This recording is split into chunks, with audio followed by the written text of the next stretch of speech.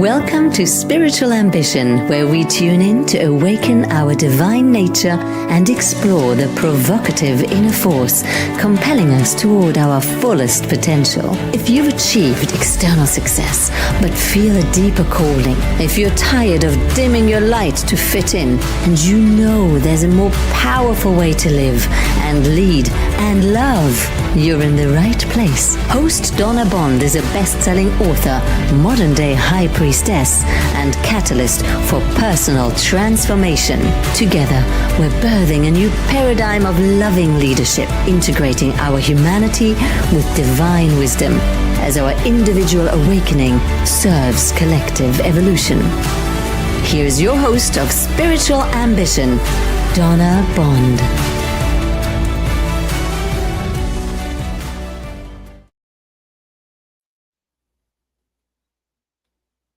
Hello, everyone.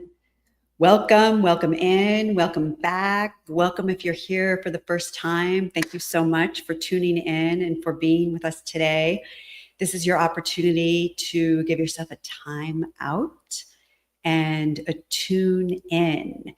And we have a very, very special guest today who will be joining us on Spiritual Ambition. What we're calling our show today is Calling All Parts Home, the sacred art of self-integration and radical self-love. And we have the beautiful, luminous Suri Sawyer, who will be engaging with us in a discussion about archetypes. What are even archetypes? What do we do with them? Why do we need them in our life? And how are they helpful to calling all of our parts home?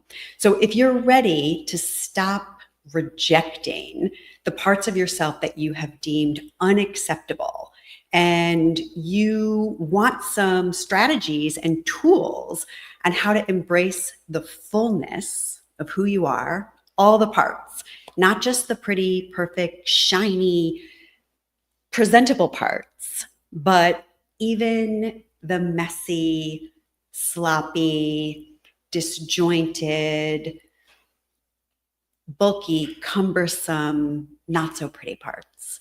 If you want to get your arms around all of those parts, you definitely want to be part of the conversation that we're going to have today, because it's these discarded, exiled parts that are on the edge of our psyche that hold so much of our power and so much of our wisdom.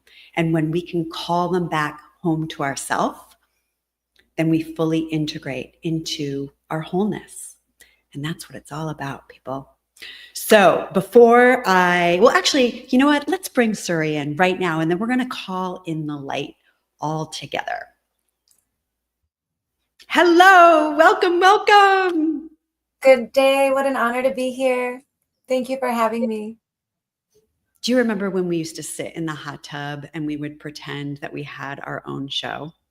Yes, because the conversations were so transformative and riveting. We were like, people need to hear us speak about life.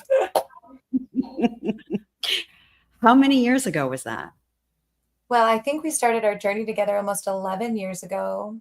And so that must have been, I know, it's wild. I was looking at old photos today. That must have been maybe 5 years ago that we sat in the jacuzzi and daydreamed about having our own show, and then revisited it a couple years later.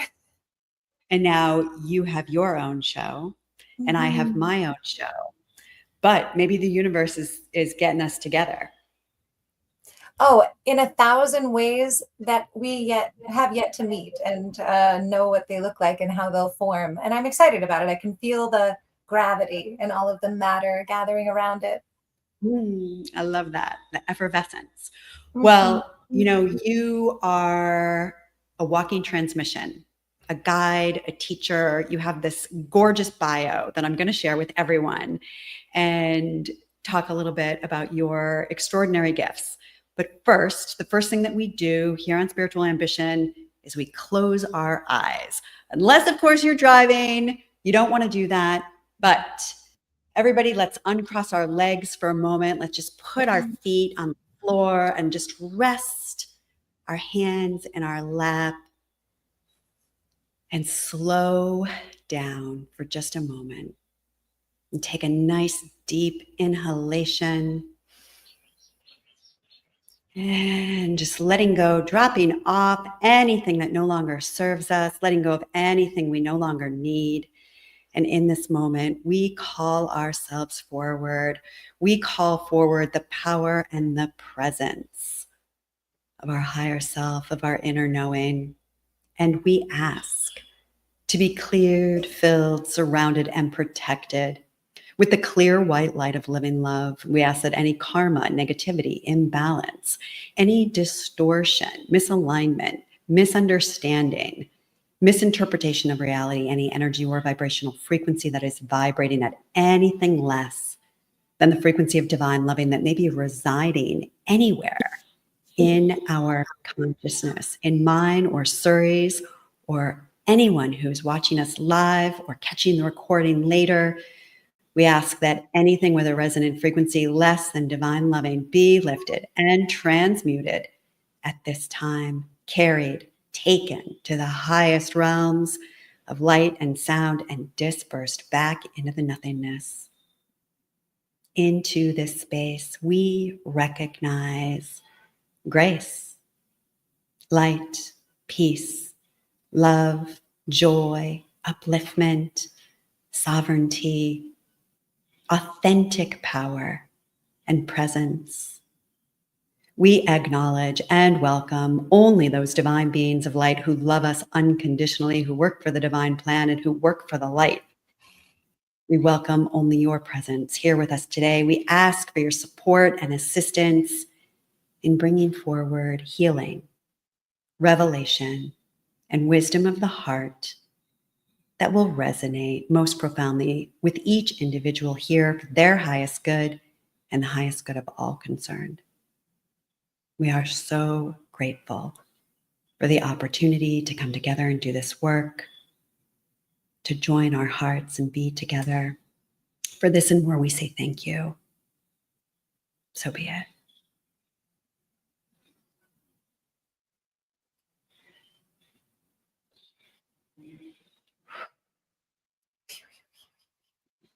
Yeah, so much energy moving, so much power. It's so lovely to be with you. Thank you so much for being here. It's wonderful to be here with you also. I'm going to read your bio and then we're going to send some light around the globe, because this is also one of the things that we do here in Spiritual Ambition is we have our sacred circle of light, and we bring our hearts together and send out our intention for healing and upliftment. But Suri Sawyer, a walking transmission, equal parts cosmic mirror, soul whisperer, multidimensional midwife. She embodies the energy of a lucid dream, which is so true. Soft, yet activating, grounded, yet infinite. When she speaks, it's less conversational and more about invitation, introspection, remembrance, and sacred disruption. Whew, sacred disruption. I want everybody to just think about that. What does sacred disruption mean to you in your life? Yeah, just sitting with that. With the heart of a healer and the mind of a mystic, Suri weaves shadow and light without fear. Her essence feels like plant medicine incarnate, holding space with the same reverence as a jungle ceremony, minus the brew. Just her presence initiates recalibration.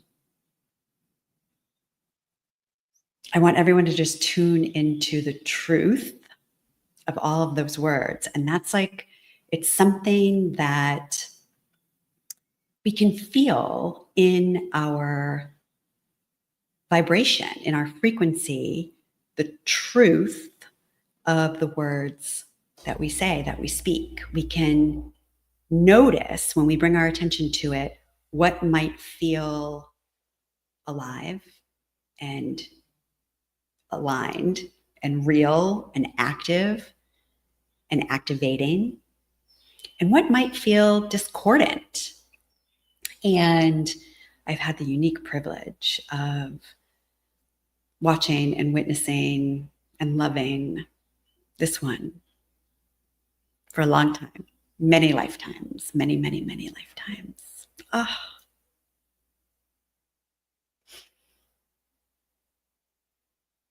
And I am just so grateful that you have made the walk that you have made in your journey, in your life, so that you are now just an incredible guide for others. And that comes through doing our own work. And you have embodied the work. Thank you for seeing me, Donna. It's an honor to be witnessed by you for such a long time. All the different chapters up to this point. Oh my God, there's been so many chapters. I mean, we could fill up the whole show with the chapters.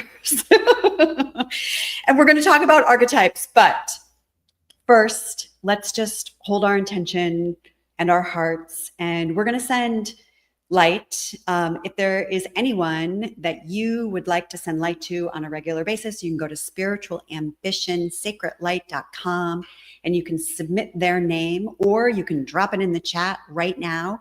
We do have a couple of people already that we would like to send the light out to.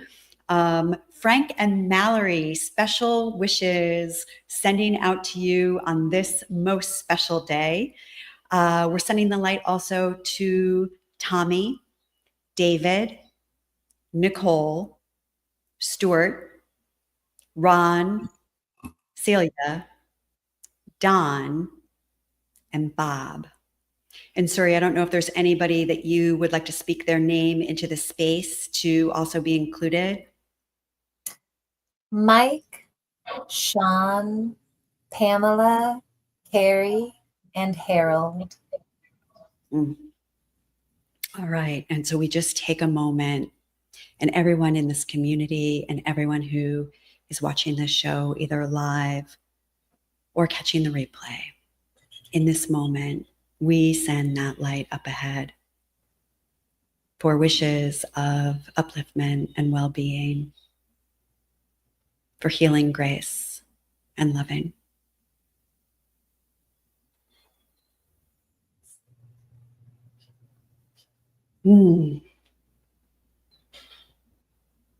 Thank you. Yeah. All right. Let's talk archetypes. So fun. Okay. I'm gonna take what would be the back seat. I'm gonna follow your lead. Okay. What's an archetype? What's an archetype? So the concept of an archetype is based in the idea that we share one giant collective consciousness.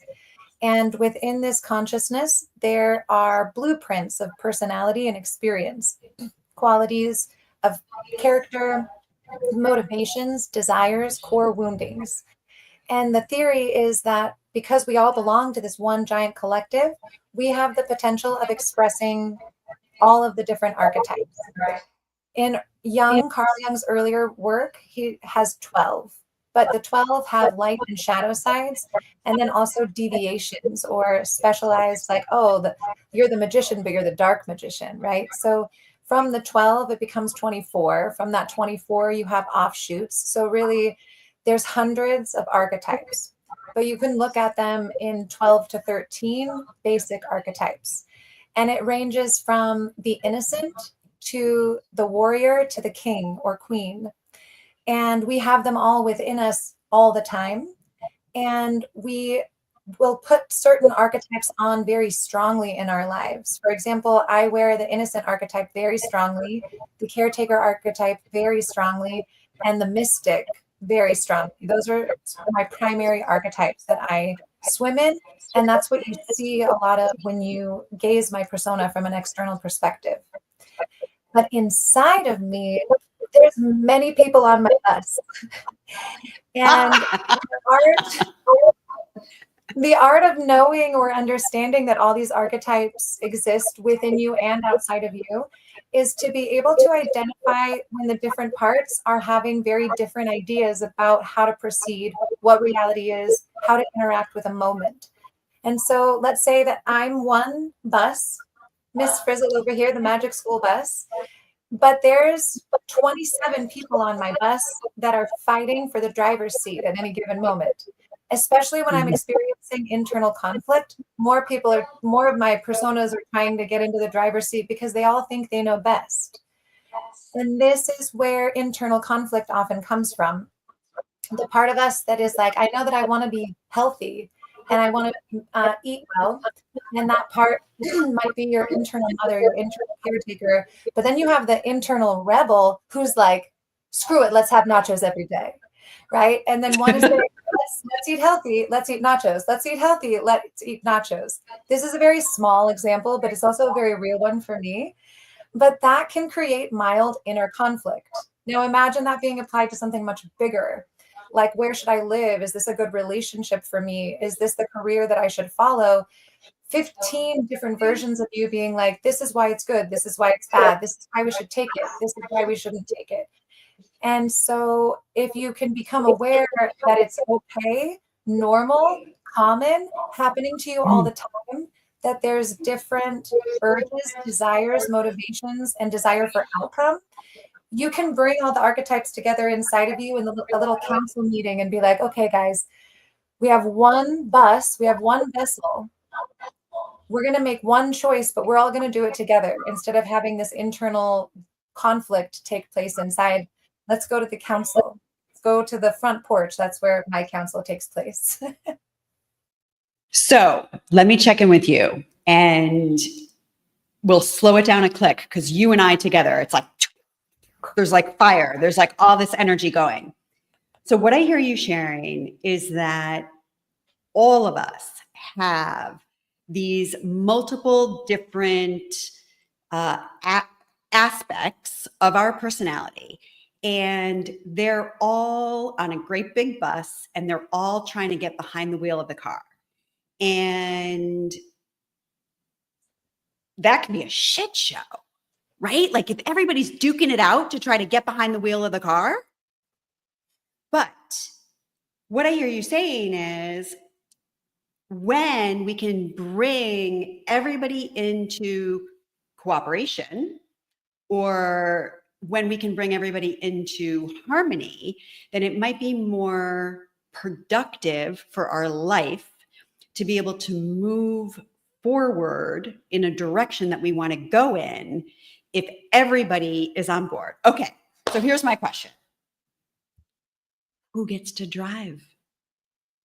Wonderful question. I think each person gets to decide for themselves who the best driver, I guess, is. And in myself, there's this woman archetype within me, and she's old and she's so wise. And for whatever reason, in my mind's eye, when I go to my council, she's this elderly Black woman in a rocking chair, and all the other ones sit at her feet and they listen to whatever she says. And she doesn't say very much, but I wait until when in decision making, especially when there's a lot of internal conflict, she's usually the one that will like launch final decisions and settle disputes between parts of me as well. She's got the sage down. She's my inner sage. Yeah, definitely. I was going to say, like, what is the name of that archetype? Yeah, my inner sage. It seems like she already has lived my whole life. And she doesn't tell me very much information because she's like, you need to go through all of it. But this is like, at the end, this is the sum of the knowledge. And I'll just patiently wait to disseminate it as you ask. Yeah, you're lucky to have her, huh? I am very lucky to have her. So our show today, we called it calling all parts home. So can you share a little bit with us about what does that even mean? And then the even bigger piece, how do we do it? And I want to just give you a little latitude. If, if you want to mirror any of this one's archetypal business, go for it.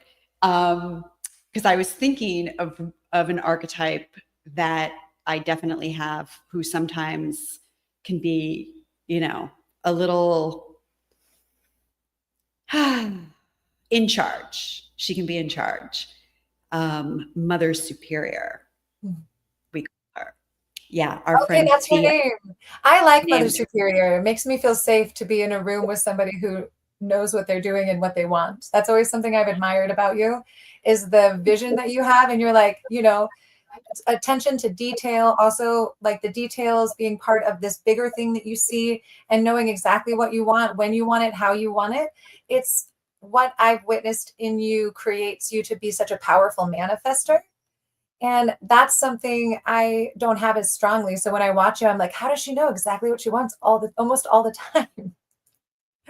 Well, but then there's the shadow side of Mother Superior, right? Just like you're saying, for all of these aspects. And I think that that's something that's so important that we recognize, right? Is that they're like all on a continuum, and they are a polarity, and we have the positive and the negative, but that does not translate into good or bad. Absolutely. I'll shut up. Say more. So I get so excited. This is one of my favorite topics. So I wanted to start with what it means to gather the pieces of us and bring them all home. And I'd like to talk about this by talking about the archetype that is often called the orphan archetype. So typically the orphan starts out as the innocent. It's naive. It believes that the world is good. It has hope. It believes that people are good. It believes that it will always turn out for the best, always, always. Something happens at some point and there's a sensation of betrayal or abandonment, and it crushes the innocent. And for most of us, it happens at a very, very early age. And it doesn't need to be literal abandonment of a parent, although it often is. It can also just be, for example, I was reflecting recently on the first time I realized that my mom lied. I couldn't believe it. I was devastated. We were driving home from school and I asked her for something. Don't remember what it was at all. And just to placate me, she said yes. And then we're driving in the car, and about 5 minutes later, my sister goes, that's not going to happen, right? And I was like, no, but mom said. And then my sister was like, yeah, but mom lies all the time. And I was like, no, she doesn't. But then all of a sudden, my mind started to formulate around this reality, and it crushed me, and I felt betrayed and abandoned. I'm an adult now. Of course, my mom lies. And that feeling inside of this person that I had on a pedestal coming down made me feel isolated and alone. That's a small example, but that's enough to create orphan type feelings. And the orphan is usually categorized with things like feeling victimized, feeling betrayed, feeling helpless, feeling like the world is happening to them, feeling like they can't get enough help, feeling just this deep in a hole. And they become super independent, incredibly strong. And I can, since no one's going to help me, the second that they start to shift out of victim mentality, they go into hyper independence, which can become a gift, but we've also experienced hyper independence being something that really limits true, genuine vulnerability and closeness, right? Yeah. And so as we're going through our healing journey, and especially the more we get into this spiritual world, there's a lot of conversation about leave your victim mentality behind, leave your victim mentality behind, come step into your authority.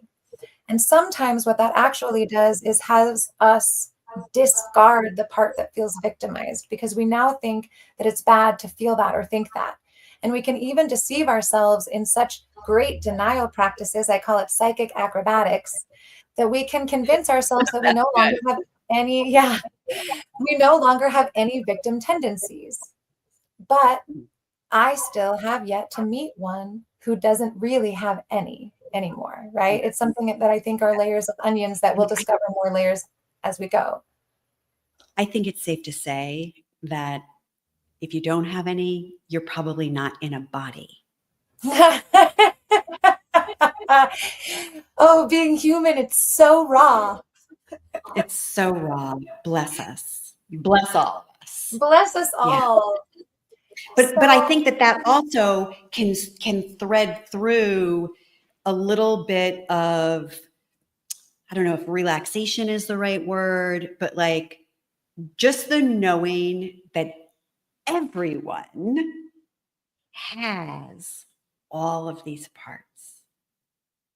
Yeah. And to be able to honor them. Oh, the part of you that feels like the world is happening to you and life is happening to you and it's not being fair. I hear you. Yeah. Yeah. And the game we play when we attempt to take a shadow aspect of us, for example, what is it? Not Mother Teresa. Remind me her name. Mother Superior. Like the shadow aspects of Mother Superior, right? Like, okay, so Mother Superior knows what she wants and she's a great manifester. Sometimes she can grip. And so the part that grips, if you don't want to identify with it, you push it away, not wanting to acknowledge it as part of you. And what happens is, like you were saying at the beginning of the episode, we push it to the edge of our psyche, we push it to the edge of our field, and we're basically inviting other people to come in and either play that role for us really strong and loud so we can't ignore it, or we're asking for people to come in that will force us into the position where we're acting out that control and authority. And that'll keep happening because it's like putting a sign at the edge of your aura that says, hey, this piece of me that I think is really shadowy, I'm just going to set it right here. And like anybody who wants to come in and play the role for me so that I can like fully get over this, like come on in. And it's painful, especially when we're not having the awareness that that's something that is occurring, like an energetic sign on your field. Now, as we're witnessing a shadow aspect of us, or we can't even see it because we've hidden it from ourselves so well, there's many practices to do, and we can go into that in a moment. But the idea here is to, as painful as it can be, as much shame as it can bring up, as much guilt as it can bring up, become the warrior of your soul and have the courage to face the parts of us that sometimes are regrettable and bring them from the edge of your field back home to the heart. From my perspective, the heart is like the void. It's the place where everything and nothing exists. It's the place where everything meets. It's the place where all of you resides all at once. So if there is a part that you've rejected or dejected from the center core, bring her back in, put her in the heart, let her emerge with the totality of you. It's not comfortable living on the edge of your field. Bring it home and inside. And then this running away from it also stops. People stop coming in and playing that role for you because it's no longer needed. Yes. Yes. I just love this. And this radical acceptance is really what is being asked for. And one of the positives, I think, about working with archetypes is it's a way that we can depersonalize it a little bit in that, right? Here's this universal pattern that I'm not the only person on the planet who shares the characteristics of Mother Superior, right? And Mother Superior in her dark side, right? She's holier than thou. And she thinks she knows it all. And she's going to make order out of chaos. But what I realized about working with her, and this is why, and this was actually one of my questions to you, like, well, why do we even want to do this work? Like, why do we want to get into these archetypes? Why do we want to even understand these different aspects of our psyche? But it's because the more awareness we have, and I would love to hear your take on this too, the more awareness we can bring to these aspects, the more that they can chill the fuck out, right? They're not like trying to get the wheel. Yes. Well, our archetypes, especially when they get ignored, they become like toddlers. And tantrums like typically don't get quieter over time. In fact, when you ignore a child, what they learn to do is become more manipulative to get your attention. And your archetypes are very similar. Anything that whatever you resist persists.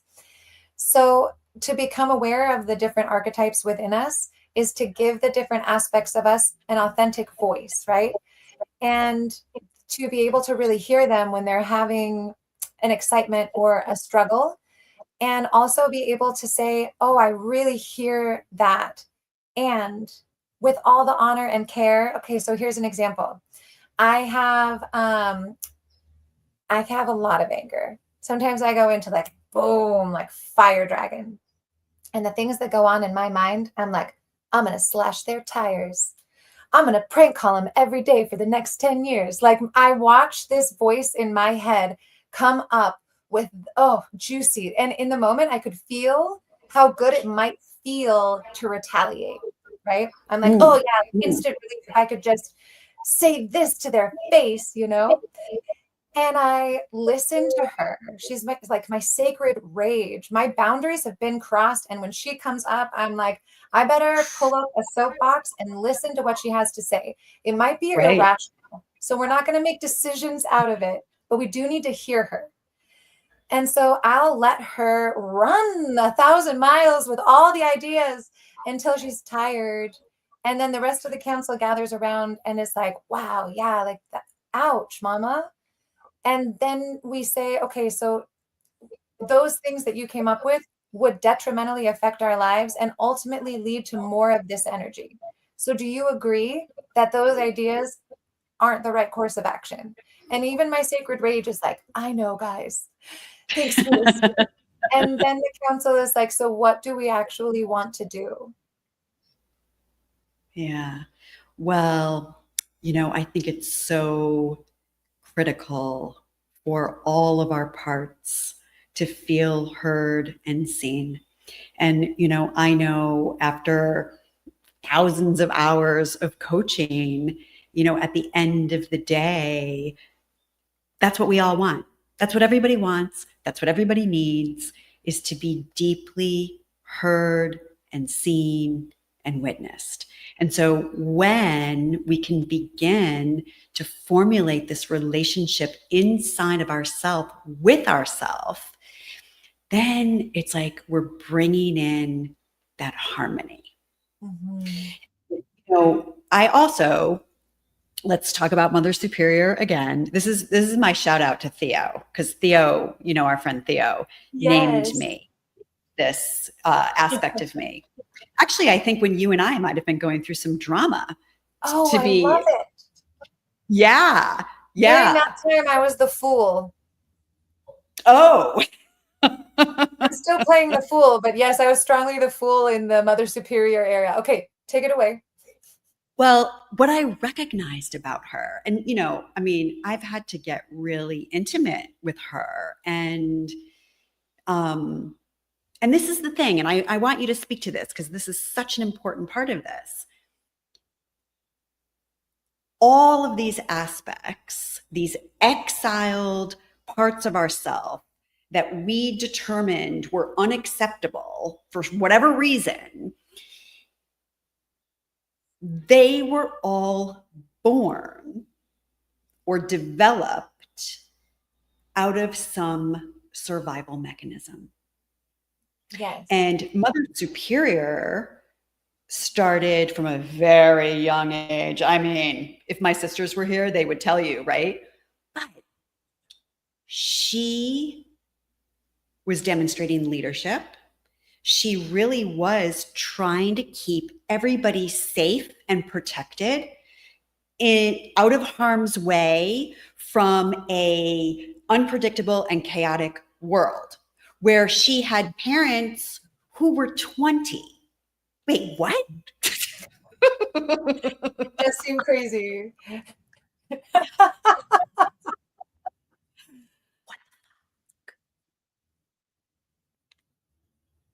I So, understand how Mother Superior was developed, like kids raising kids, right? Yeah. right? Mhm. And I mean, bless her. We love you, Betty.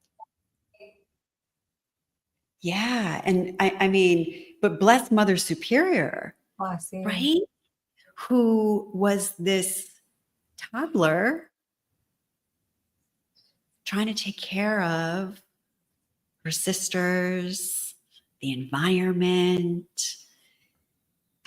I remember we moved when I was 4. And so if I was 4, my sister Mara was 2, and my youngest sister wasn't even born yet. And you know what it's like to move. Mhm. Holy chaos, right?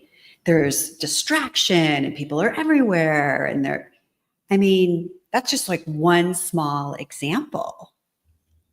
So, share with us a little bit more color around not only how these parts get exiled, but how do you bring them back in? Thank you for sharing so openly and vulnerably, Donna. I appreciate the sentiment and gaze of looking at each of these archetypes become stronger and more pronounced and more practiced because of survival and realizing that you need to develop certain skills because of conditioning, family, school. These skills will get me liked. These traits will keep me safe.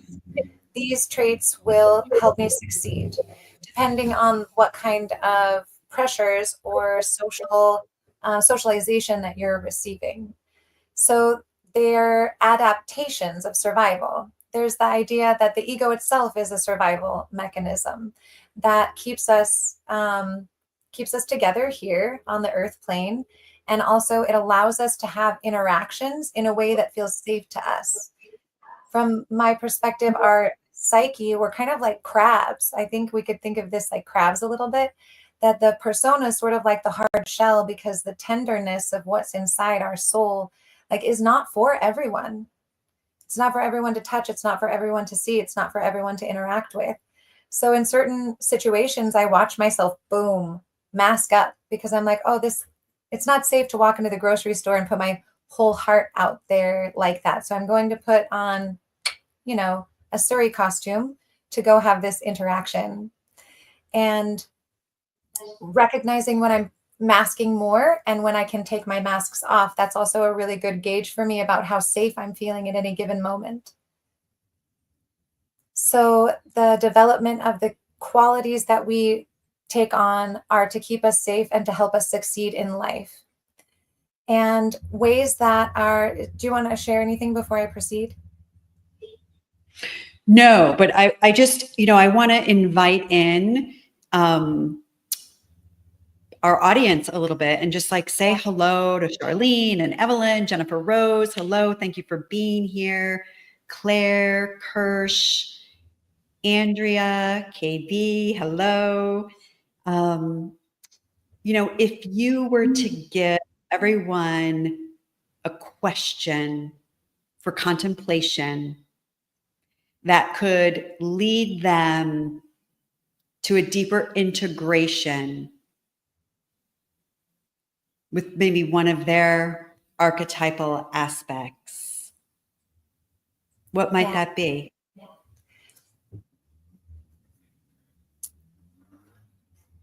Become curious about the schools of thought or the channels of thought that you have any given moment of the day.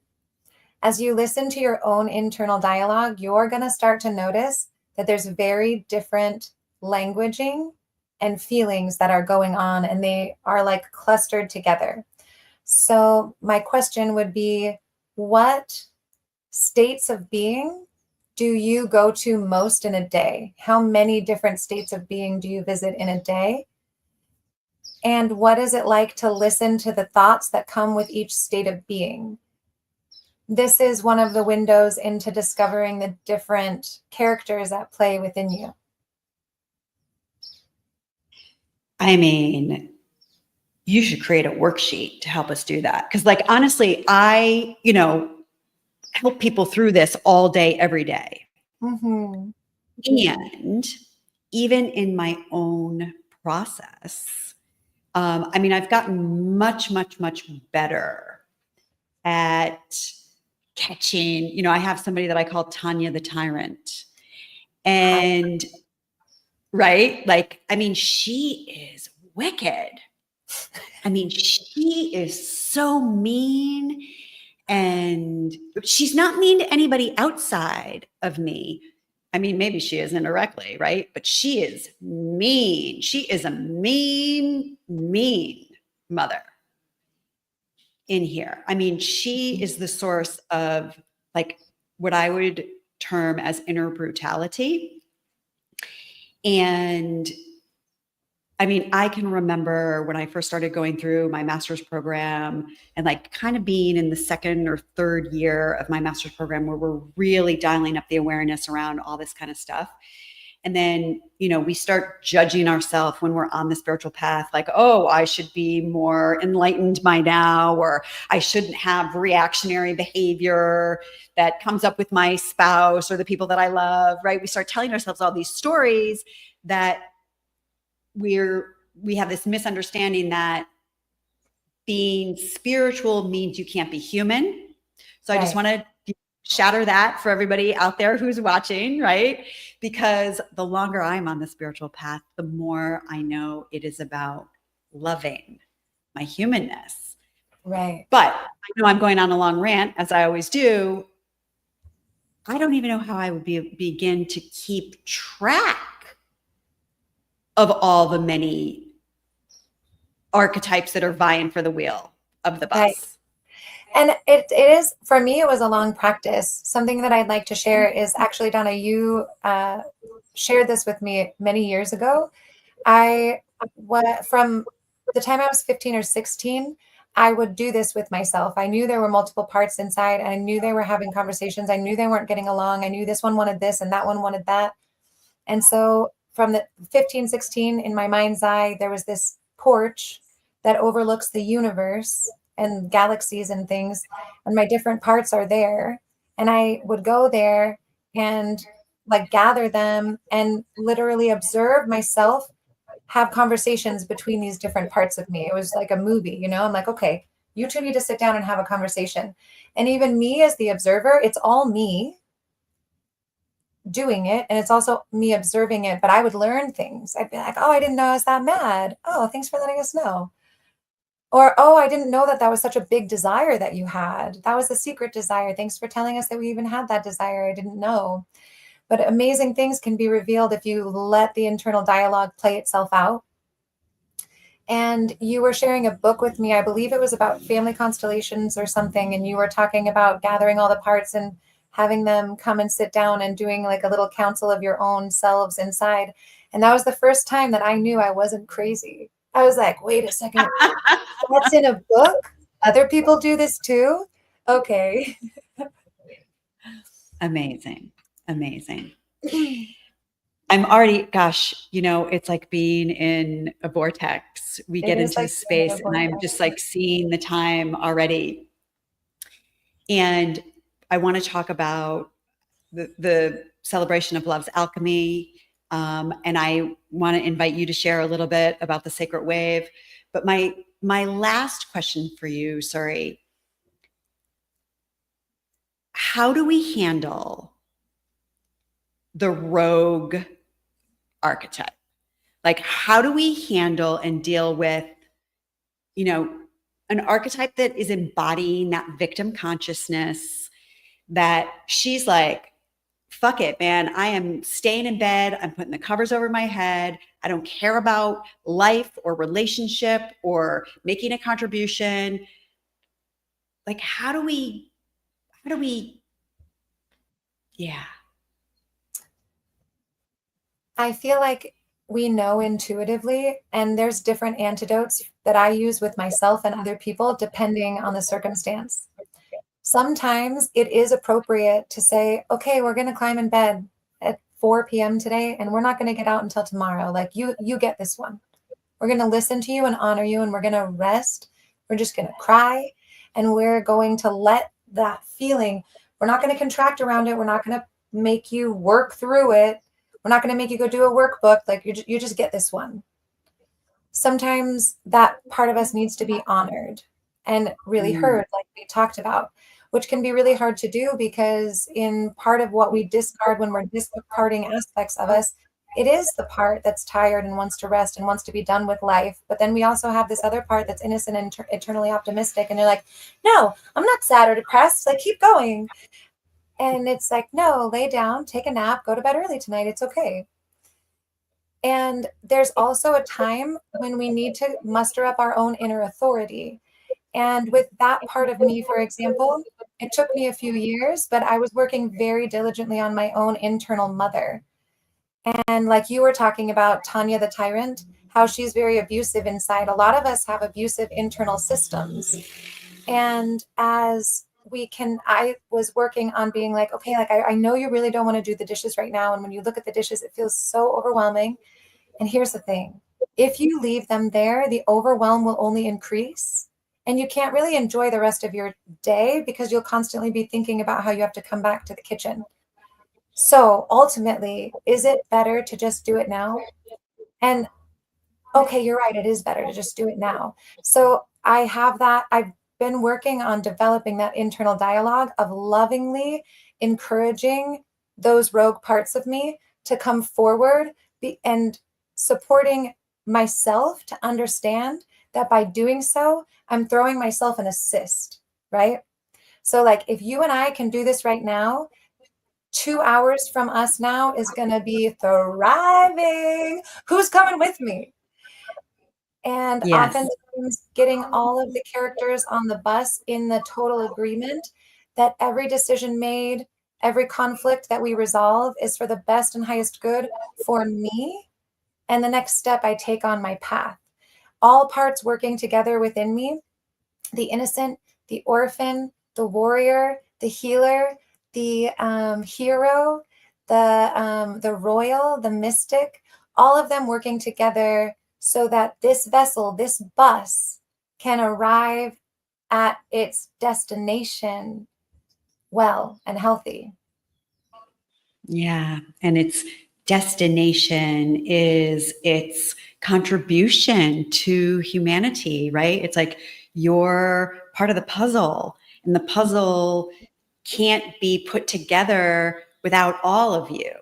Mm-hmm. And what I really hear you saying, like over and over, is loving and like bringing that love to all of these parts and lovingly relating to these parts. And, you know, even just the metaphor of bringing them into our heart is like we're bringing that love. Yeah. And that's really what integrates and folds that into our wholeness. Mm-hmm. Yeah, it's so beautiful. So beautiful. So one of the things that we do each episode on Spiritual Ambition is something that I call the celebration of love's alchemy. And it's just what we're talking about, right? It's like when we bring our love to something, then when we bring our love to something, we dissolve the pain, we dissolve the discomfort, we melt away anything that's no longer needed. And so I know people are always afraid of shadow work, and with all of our archetypal aspects, as we spoke about, they have this polarity. So they have the light aspect and they have the shadow aspect. And what would you say? And I don't mean to put you on the spot and I have a list of answers, but I know like that you just know this stuff inherently. What are some positive things about our shadows? Thank you for asking. The shadow aspects of us, I feel like, are the most fertile soil. When we think of soil, in its health and what's going to really allow plants to grow up out of it, it's dark and it's rich and it's thick. And I perceive our shadow to be very much like that. It's generally the spaces from within us where our most fertile fruit can come from. And that does take work and alchemy, like we're saying. I perceive that another aspect of the shadow is that it is also where some of our greatest gifts are hiding, because sometimes our greatest fear is that we're actually amazing, right? And so we even push our amazingness into the shadow. So in order to go find it, you got to turn and face it. Another incredible thing about the shadow is that if it's my desire to be whole, I must also hold my shadow.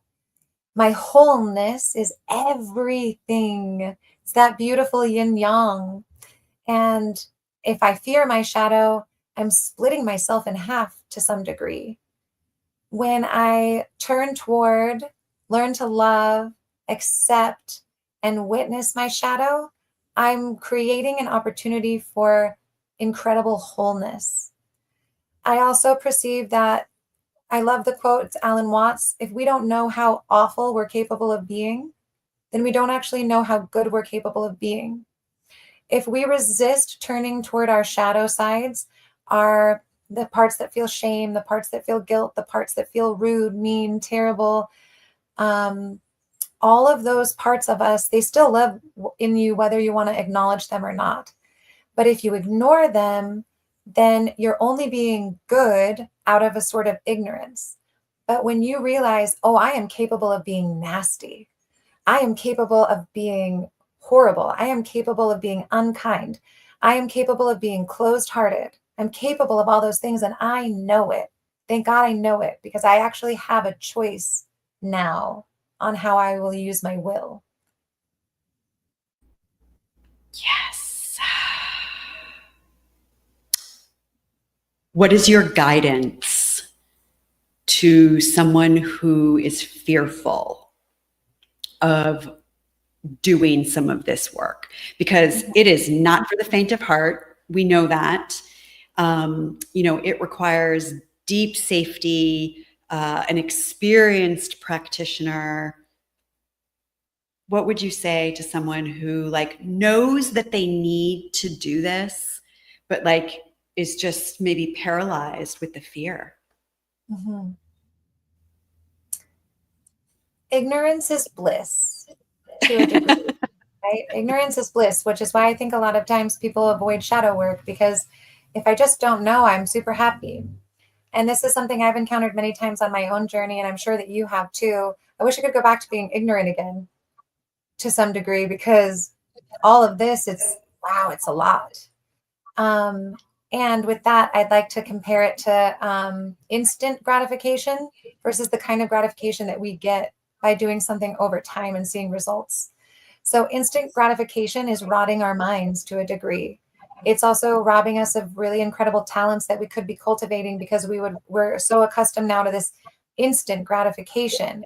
Press a button and I get what I want. Order this and I get what I want. Call this person and I immediately get their attention. I get what I want. It's always, that instant gratification. But there's a different sort of gratification that comes when you say, I'm going to, like you, Donna, I'm going to build a business from nothing. And it was day by day, step by step, journey by journey, right? It was this, you've done it several times, but the place that you sit in now could only be achieved through consistency over time to get these results. And it's a totally different kind of fulfillment. So although the shadow work can be challenging and frightening and sometimes bring you to your goddamn knees, it is a much higher pleasure than remaining in ignorance. Yes. Oh, such truth. Such truth. And each time we integrate one of those aspects, we create the space for our lights to shine even more brightly, even more luminous, even more beautifully. So I know you have an event coming up that you want to share a little bit about called the Sacred Wave. Tell us everything. Tell us how we can sign up. Thank you so much, Donna, for giving me the opportunity. So the Sacred Wave is a 9-week container, and I've combined two of my favorite things. So in this container, there's room for 8 people, and I'm basing this off of Lynn McTaggart's book called The Power of 8, where she does all these incredible science experiments around what we're capable of with our mind and intention, and what we're capable of with collective intention. And she found that there's this magical tipping point when you get 8 people together, focused together, and the healing throughout the quantum field is incredible. You can read the book for more information, but she talks about cancer being healed, people having miraculous healing from grief, from loss, by getting together 8 people, and essentially each person focusing on one as the receiver and just sending positive, loving, healing energy in their direction. So every Wednesday, we're going to meet as a collective. One participant is going to be the receiver, while the rest of us are giving the energy. Now, what's cool is we never heal in isolation. So even the weeks in which you are not the receiver, just by giving, you'll still be receiving. The other part of the container, I know. The other part of the container is that for the entire 9 weeks, I'm inviting everyone to practice with me the Kritan Kriya. That's Kundalini exercises. So the Kritan Kriya says, Satanama, Satanama.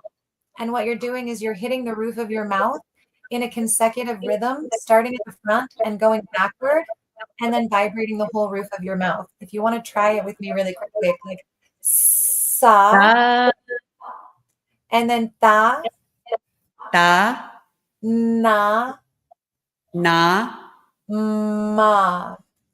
Ma. So you're striking all the nerve endings at the roof of your mouth in a different rhythmic pattern while you're doing this with your fingers. Sa, ta, na, ma. And you have all these nerve endings in your fingers. How these monks figured this out so many years ago, I'm living to know. But as you're striking these, your fingers, I do know. As you're striking your fingers, you're hitting the nerve endings also in a rhythm. You're striking the roof of your mouth in a rhythm. This is stimulating all the energy channels, your literal blood vessels. It's creating neuroplasticity in the brain. And this particular meditation has been proven to lengthen your telomeres.